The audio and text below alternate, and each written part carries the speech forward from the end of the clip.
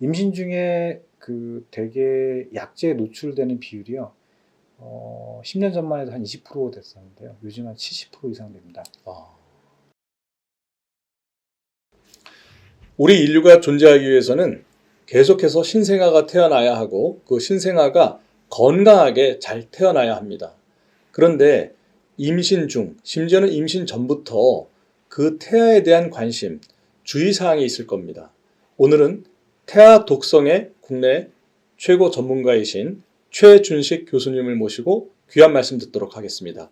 최 교수님 안녕하십니까? 안녕하십니까? 네, 반갑습니다. 교수님, 임신하기 전에 절대로 복용하면 안 되는 그런 약물이 혹시 있습니까? 임신 전부터 이제 복용하면 안 되는 것들이 되게 반감기가 긴 약들인데요. 반감기라는 건 뭐냐면 내가 복용하고 나서 체내에서 반으로 줄 때까지, 농도가 반으로 줄 때까지 그 기간이 긴 약들인데, 네네. 먼저 차트를 좀 보고 얘기하도록 하겠습니다. 네네. 피부과 치료제들하고 방사선 동위원소들이 있겠는데요. 네네. 피부과 치료제 같은 경우는 이제 위에 보시는 것처럼 이소트레티노인, 되게 여드름 치료에 사용되죠. 반감기가 하루서부터 길게는 50시간을 얘기를 하는데요.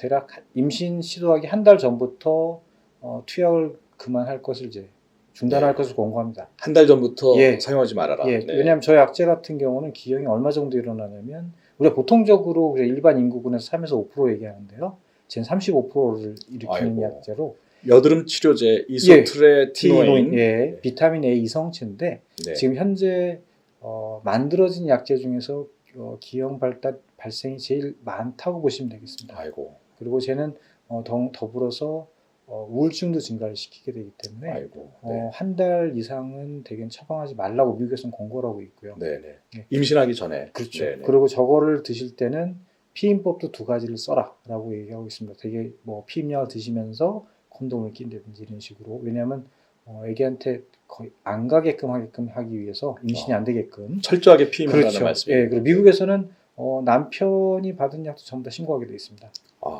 부인뿐만 아니라 그렇죠. 남편이 왜냐면, 복용하는 예, 약까지. 남편이 부인한테 줄까봐 혹시라도. 그럼 교수님 말씀 이런 거네요. 임신부도 임신하기 전 1개월 전부터 이러한 그 여드름 치료제 이소트레티노인 사용하지 말아야 하고, 그렇죠. 남편분도 역시 이러한 약제를 사용하지 말아야 되는 거군요. 그렇죠. 네네. 그 다음에 이제 건선 치료에 사용되는 에트레티네이트라 아시트레틴이 있는데요. 네. 아시트레틴은 에트레티네이트의 주 대사사물입니다. 그래서 아시트레틴은 반감기의 비율도 짧은데 저걸 드시면서 음주를 하시는 경우에 거꾸로 에트레티네이트로 저게 변환이 됩니다. 아이고, 네. 반감기가 120일 같은 경우에 저게 5.5배가 지나게 되면 네. 그 이후에 임신을 해야 되거든요. 저 약제들은 되게 전신적인 기형을 일으키거든요. 다 네. 애들의 얼굴서부터 해서 네네. 심장까지 다. 그래서 네. 3년간 피임할 것을 권고하고 있습니다. 그럼 건선 치료제인 에트레티네이트 그리고 그 아시트레틴 이러한 성분 들어간 걸 사용하신 분들은 3년 동안 피임하셔야 되는군요. 그렇죠. 저 약 아마 받아보시면 아시겠지만 약 표면에 적혀 있습니다. 3년간 피임해라라고. 아이고, 네네. 그 다음에 이제 방사선 동위원소 그래서 어떤 그 종양의 그 이미지를 찍거나 종양을 치료할 때 사용되는 건데요. 저건 이제 주로 이제 종양 치료에 사용됩니다. 갑상선 암 치료에 사용되는 요오드 131번 같은 경우는 되게 복용을 하시는 경우에 6개월에서 1년 정도 피임할 것을 권고합니다. 네. 그러니까 종양 그 진단을 위해서 혹은 종양 치료를 위해서 사용하는, 특히 치료를 위해서 사용하는 요오드 131번 6개월이나 1년 동안 그 피임하셔야 된다. 네, 예. 저걸 이제 임신 중에 복용하시게 되면 태아의 갑상선이 영구적으로 손상을 받을 수 있습니다. 예. 주의해야겠습니다. 임신 중 복용을 삼가해야 하는 혹은 유의해야 되는 약물도 있다고 들었습니다. 어떤 것들이 있나요? 대개는 이제 임신 중에는 저희가 이제 처방하는 약들은 예전부터 많이 썼던 약들 처방합니다. 새로 나온 약들보다. 왜냐하면 임신에 대한 자료들이 있기 때문에. 차트를 보시면 네. 항경련제, 항우울제, 피부과 치료제, 항응고제, 방사선 동위원소, 항암제들이 있겠는데 제일 먼저 접하기 쉬운 거는 항우울제겠죠. 네네. 우울증 같은 경우는 젊은 여성이 약 20% 정도가 우울증이 있기 때문에 지금 저기 적혀있는 리튬이라는 약제는 임신 중에 복용하시게 되는 경우에 태아의 심장 기형을 유발합니다. 특히 이제 삼천판이 잘못 이제 형성이 되는데 근데 비교적 발생 빈도는 낮습니다. 보고에 따라서 10만 명, 20만 명에 하나 정도 되는데 약 3배 정도 증가하는 것으로 되어 있는데 대부분의 항우울제들은 저기처럼 심각하긴 안 일으키지만 리튬 같은 경우는 피할 수 있으면 피하는데 치료가 근데 리튬으로만 되는 분들도 계십니다. 그런 경우는 전문가와 상의를 하셔서 유지를 하면서 태아의 초음파를 통해서 태아의 심장기형이 발생했는지 안 했는지를 보고 발생한 경우는 그 태아 심장 수술할 수 있는 병원에서 분만하고 하셔야 됩니다. 아이고. 네. 그 기본적으로 리튬은 좀 피하는 게 좋겠네요. 예, 피할 수 있으면 피하는 네. 게 좋지만 네. 그다음에 항간질약, 항경련제죠. 네네. 발프로산, 페니토인, 페노바비탈 같은 경우는 신경관 교순이라든지 태아 심장기형 같은 경우, 그다음에 얼굴 기형 등을 유발할 수 있기 때문에 다른 약제로 바꿀 수 있으면 변경을 하시고 임신을 시도하시는 게 좋습니다. 네. 이런 약제들 같이 오래 사용했던 약제들은 임신 중에 바꾸시는 것보다는 임신을 계획하는 시점에서 바꾸시고 본인의 질환이 잘 유지된 상태에서 임신을 시도하셔야 됩니다. 예. 그다음에 피부과 치료제는 아까도 보신 것처럼 이소트레티노인, 아시트레틴, 에트레티니트를 피하시는 게 좋겠고 항응고제라 그래서 우리가 이제 예전에 심장 수술 같은 경우 하는 경우에 피가 굳지 말라고 약제를 투여하시는데 저기는 와파린 같은 경우는 태아의 그 얼굴 기형 같은 걸 유발할 수가 있거든요. 네. 그래서 임신 중에는 주사제인 헤파린을 쓸 것을 권고합니다. 그래서 기관 형성기에는 헤파린 쓰다가 그 다음에 기관 형성기 지난 다음에 임신 2분기 이후에는 또 와파린 바꿔도 됩니다. 바꿨다가 출산하기 전에는 다시 헤파린으로 바꿀 것을 권고합니다. 네. 그 다음에 방사선 동위원소는 아까 보신 것처럼 요오드 131번이 있겠고 그 다음에 항암제, 우리가 지금 화학요법제라고도 하죠. 네. 저희 적혀있는 메토트렉세이트 같은 경우는 엽산의 흡수를 방해하게 됩니다. 그렇기 때문에 엽산이 부족함에 따라서 나타나는 기형들이 증가하게 되겠는데요. 태아의 그 뇌 발달에 영향을 미친다든지, 그 다음에 두개골 모양 이상이 있다든지, 신경활 결손이 증가한다든지 해서 복합 기형을 동반시킬 수 있습니다. 그렇기 때문에 특히나 기관 형성기의 저 항암제 사용은 특히나 주의하셔야 됩니다. 네. 교수님, 그리고 항응고제를 좀 피하는 게 좋다 하셨는데, 그건 와파린만 피하면 되는 건가요? 가령 왜 제가 여쭤보냐면, 이제 고혈압 환자분들 일부 경우에 아스피린 저용량 복용을 하는데 바로 그 아스피린 저용량이 항응고제라고 알려져 있기도 한데 아스피린 저용량은 문제가 없을까요? 아스피린 같은 경우는 지금 국내에는 시판되는 게 100mg의 저용량이고요. 미국에서는 80mg가 파는데 네. 아스피린 같은 경우는 일단은 기본적으로는 소염진통제입니다. 네. 그걸 더불어서 항응고 작용이 있는 거기 때문에 임신 중에 저용량의 아스피린은 태아에 특별한 문제가 없다라고 되어 있고요. 우리가 임신 중독증이 발생할 것 같거나 있었던 사람 같은 경우에 저용량 아스피린을 임신부한테도 저희가 처방하고 있습니다. 임신 중독증은 뭡니까? 임신 중독증은 이제 혈압이 이제 올라가는 건데요. 임신부 혈압이 올라감으로써 혈관 내에 있던 단백질 성분들이 다 옆으로 빠져나가서 임신부 증상은 주로 혈압이 고혈압, 140에 90 이상의 고혈압과 단백뇨가 동반되겠죠. 그리고 모든 기관들이 다 부종이 동반됩니다. 그래서 심한 경우는 경련도 일으키게 되겠고 심장이라든지 콩팥이라든지 폐라든지 이런데 여러 기관 자체에 기관의 기능이 떨어지게 되겠죠. 그래서 저런 게 심한 경우는 출산을 빨리 서둘러야 됩니다. 임신부의 생명에 영향이 있기 때문에. 네. 임신 중에 흡연이 나쁘다는 거 잘 알고 계신데요. 근데 과연 정말 흡연이 나쁘냐? 어떤 문제가 생기냐 이런 생각이 듭니다. 네, 차트를 보면서 같이 하도록 하겠습니다. 네. 일단 이게 2021년도 질병관리청에서 우리나라의 흡연율을 이제 보여준 건데요. 이제 맨 위에 선이 그 전체 흡연율입니다. 그러니까 완만하게 감소를 해서 대략 한 36% 정도로 줄어져 있고요. 그 중간에 이제 노란 선이 남성 흡연율이고요. 맨 밑에 회색 선이 여성 흡연율인데 남성 흡연율은 완만하게 줄고 있습니다. 그래서 대개 한 20% 중후반까지 이제 내려왔는데 여성 흡연율이 대개 6, 7%에서 그대로 유지되고 있습니다. 그래서 이게 지금 우리가 가임기 여성들이 흡연에 대개 6에서 7% 정도는 노출될 거라고 이제 보는 게 맞겠는데 네네. 예. 거기에 이제 미치는 영향을 보게 되면 제일 큰 거는 자궁 내에서 태아가 잘 안 크고 그 다음에 성장 지연. 네. 37주 이전에 조산을 하게 되고 그 다음에 주산기 태아의 사망률이 증가할 수가 있겠습니다. 주산기가 뭔가요? 그러니까 아기를 갖고 있는 그 시기죠, 이제 산모가. 네네네. 뱃속에 태아를 그쵸. 갖고 있는 네네. 시기. 네네. 네. 또 덧붙여가지고 지능 발달도 떨어지고 행동 발달도 떨어지게 되고 아이고 저런. 네. 우리가 이제 헤비 스모커라는 것은 이제 하루에 담배 20개 피를 태우시는 분을 얘기하는데 네네. 대개 IQ 점수가 8점 정도 줄어드는 것을 볼 수가 있고요. 와. 그다음에 임신부한테는 자궁의 임신이 증가하게 되고요. 자궁 외. 예, 그렇죠. 네. 자궁의 임신이나 네. 자연유산이 증가하게 되고 아까도 얘기한 것처럼 태아 사망, 태어나서 신생아 사망도 저런. 증가하게 됩니다. 그리고 네. 우리가 흔히 얘기하는 ADHD, 네네. ADHD의 발생도 증가하게 되고 음. 그다음에 백혈병이라든지 네네. 음식 알레르기라든지 네네.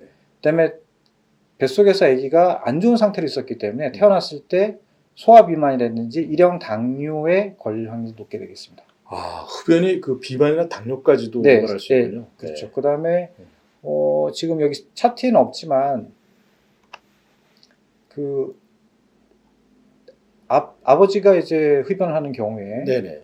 자녀가 남자아이인 경우에 네네. 그 정충의 수나 네네. 운동성이 약 40에서 50% 정도 감소하는 것을 보고 있습니다. 그래요? 예. 산모의 흡연 여부에 상관없이 그렇게 증가하는 것으로 되어 있기 때문에 네네. 남편이 임신 중에 흡연하는 것도 우리가 피해야 될 것으로 사례가 됩니다. 그 임신하고 있는 부인을 두신 남편분들께서는 임신 기간 동안에 부인뿐만 아니라 본인도 반드시 금연하실 필요가 있겠다 이 그렇죠. 말씀이시네요. 네. 그렇죠. 신생아 돌연사도 관련이 있기 때문에 네. 이제 거기에 대해 연관된 기형을 보시게 되면 이거는 이제 몇 배 보시는 거는 이제 이해 돕게끔 이제 하려고 적어 놓은 건데 몸 전체적으로 기형이 일어난다고 보시면 됩니다. 네. 예. 심장서부터 해가지고 네네. 그 다음에 심장에 연결된 이제 폐동맥, 판막 이상, 네네. 폐동맥도 이상이 있고 심혈관계, 근골격계, 그 다음에 발이 이제 꺾이는 거죠. 내반조, 두개골 문제, 얼굴 기형은 이 밑에 있는 이제 구순 구결이 제일 많죠. 그 다음에 위장관 기형, 복벽 파열, 항문 폐색, 탈장, 잠복고환 등. 그러니까 니코틴을 포함해서 대개 7,000에서 8,000가지가 들어있기 때문에 네네. 되게 혈관 수축을 일으키거든요. 네. 그거에 동반돼서 일어나는 기형들이라고 이해를 하시면 되겠습니다. 정말 그 심각하네요. 저 담배 부인도 또 부군 남편분도 절대로 피우시면 안 되겠습니다. 임산부 엽산이 상당히 중요하다고 듣고 엽산 영양제 등으로 이렇게 섭취하기도 하는데 엽산이란 도대체 뭐고 엽산이 부족하면 어떤 일이 생기는지 좀 설명해 주십시오. 엽산 자체라는 게 우리가 지금 보시는 것처럼 그 낙엽 엽자를 쓰거든요. 네네. 식물에서 이제 추출을 했는데요. 비타민 B9번인데 실질적으로 많은 거는 동물성에 많습니다. 그러니까 생간이라든지 계란 노른자 등에 많은데 이거 우리나라는 지금 연구를 안 해놨지만 미국 같은 경우는 그 자기들이 먹는 식품 가지고 하루에 어느 정도 섭취하는지를 연구를 했더니 하루에 약 200마이크로그램 0.2mg을 섭취를 하는 것으로 되어 있습니다. 근데 WHO는 지금 임신부 같은 경우 가임기 여성은 하루에 400마이크로 0.4mg을 먹을 것을 권장하고요. 그 전에 기형을 낳다든지 기형인 태아를 낳다든지 그다음에 당뇨가 있다든지 그다음에 항간질약을 먹고 있다든지 하는 그런 분들은 10배를 먹어라. 하루에 4mg을 먹어라는데 언제부터 먹을 거냐? 임신 석 달 전부터 먹는 게 좋겠다. 임신하기 3개월 전부터요? 예, 왜 그러냐면 이게 아까도 얘기한 수용성 비타민이기 때문에 몸이 추적이 안 됩니다. 그래서 이게 수용성이라서 축적이 안 되기 때문에 축적이 안 돼서 몸에 어느 정도의 용량이 올라갈 때까지, 그러니까 신경관 결손이라는 질환을 막을 수 있는 레벨까지 올라가는데 대략적인 시간이 석 달 정도를 소요합니다. 근데 일반적으로 적어도 한 달 전에는 먹어라 얘기를 하거든요. 네네. 그래서 지금 현재 그 병원이나 그 의원들에서 검사로는 내가 이 엽산이 충분한지를 검사할 수가 없어요. 우리 국내에서는. 네. 왜냐하면 혈장 내에 있는 엽산을 측정을 하면 이건 바로 먹은 게 반영이 되기 때문에 그 전에부터 몸에 잘 들어와 있는지를 보려면 적혈구의 막에서 주치를 검사를 해야 되는데 아직 그게 우리나라 상업적인 그 검사 시스템이 구축되어 있지가 않아서 일단은 석 달 전부터 드시는 것이 안전할 것으로 보이고 엽산이 부족하게 되면 차트를 먼저 보시게 되면 맨 밑에 이게 빨갛게 크게 돼 있죠. 저게 네네. 제일 큰 문제라는 거거든요. 네네네.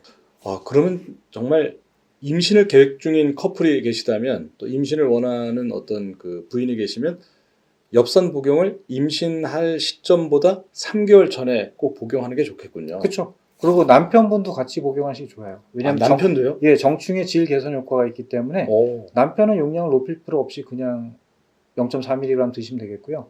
여성분 같은 경우는 아까 얘기했던 고용량을 드셔야 될 부분을 제외하고는 0.4mg 이상을 드시면 됩니다. 네. 임신을 계획 중인 그 커플 부부께서는 3개월 전부터 부인과 남편분 두 분이 다 엽산 꼭 복용하시기 바랍니다. 임신 중에 해로운 음식, 해로운 약품 이런 것들도 있는 것 같은데요. 대표적으로 해로운 음식 어떤 게 있을까요? 해롭다기보다는 이렇게 WHO에서 이제 그 정해놓은 하루 얼마만큼 먹어라 할 정해놓은 게 하나 있는데요. 그게 생선입니다. 수은 때문에. 생선이요? 예, 수은 때문에 그런데. 수은 때문에. 예, 우리가 이제 바다가 오염된 것도 있고요. 육지에 있는 수은이 이제 비가 오게 되면 강을 타고 들어서 바다에 들어가겠죠. 네네. 그거를 이제 생선들이 섭취를 해서 생선의 살에 축적이 되죠. 네. 그래서 WHO에서는 임신부 같은 경우 일주일에 340g을 넘지 말아라. 생선 섭취를. 예, 섭취를.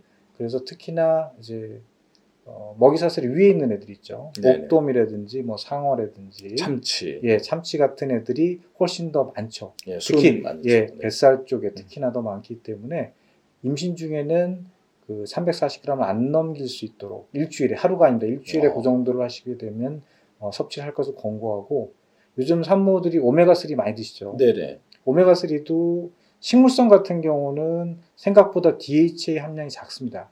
어차피 동물성을 드셔야 되는데 이제 문제는 오메가3라는 게 지금 국내에 유통되는 게 전부 다 약재로 유통이 안 되고 식품 보조제로 되기 때문에 그 안에 수은이 얼마나 포함됐는지를 표시할 의무가 없습니다.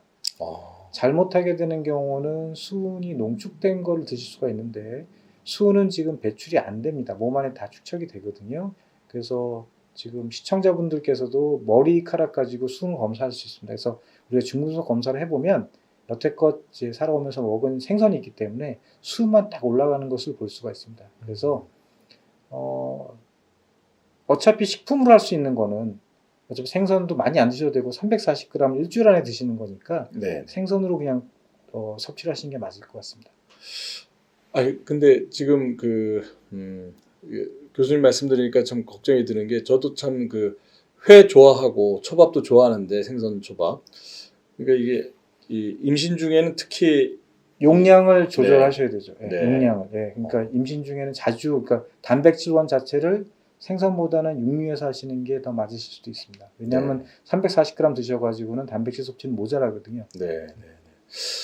그리고 사실은 여러분 뉴스를 통해서 접하셨겠습니다만 참치만 조심한다고 해결되는 게 아니라 우리가 보통 먹는 생선 중에 수은이 많이 축적되어 있는 것이 큰 생선, 그래서 참치라고 알고 있는데 사실은 요즘 광어 양식을 제주도 등에서 광어 양식할 때 그 사료로 참치를 주는 경우가 되게 많다고 해요. 그래서 광어에 옛날엔 발견되지 않았던 수은 성분이 광어에서 발견이 된다고 합니다. 그러니까 양식된 광어를 먹으면 그 안에서 수은이 발견되는 세상이니까 참 그 생선 섭취는 좀 더 조심해야 될 것 같습니다. 네.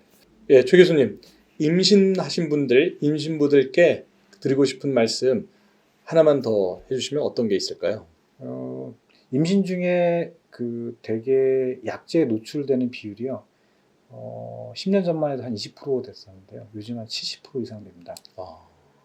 그러니까 누구나 임신 중에 약에 노출될 수가 있다는 거죠. 그래서 어떤 질환에 이완됐을 경우에 병을 치료를 미루지 마시고 전문가 상에서 빨리 치료를 하실수록 좋습니다. 그래서 임신 중에는 약을 무조건 안 드시는 게 아니라 짧은 기간 안에 검증된 약을 복용함으로써 그 질환의 기간을 짧게 만들어 주시는 게 임신부하고 태아에게 더 좋은 영향을 줄 수 있습니다. 그래서 어떤 질환에 내가 걸렸다. 요즘 많은 이제 코로나 같은 경우도 네네. 병을 그냥 앓고 지나가시는 게 아니고요. 빨리 치료를 하셔가지고 그 치료 받는 기간을 짧게 만들어 주시는 게 태아나 산모한테 건강에 훨씬 더 도움 주는 것이라고 생각하시면 되겠습니다. 구독과 좋아요를 눌러주세요.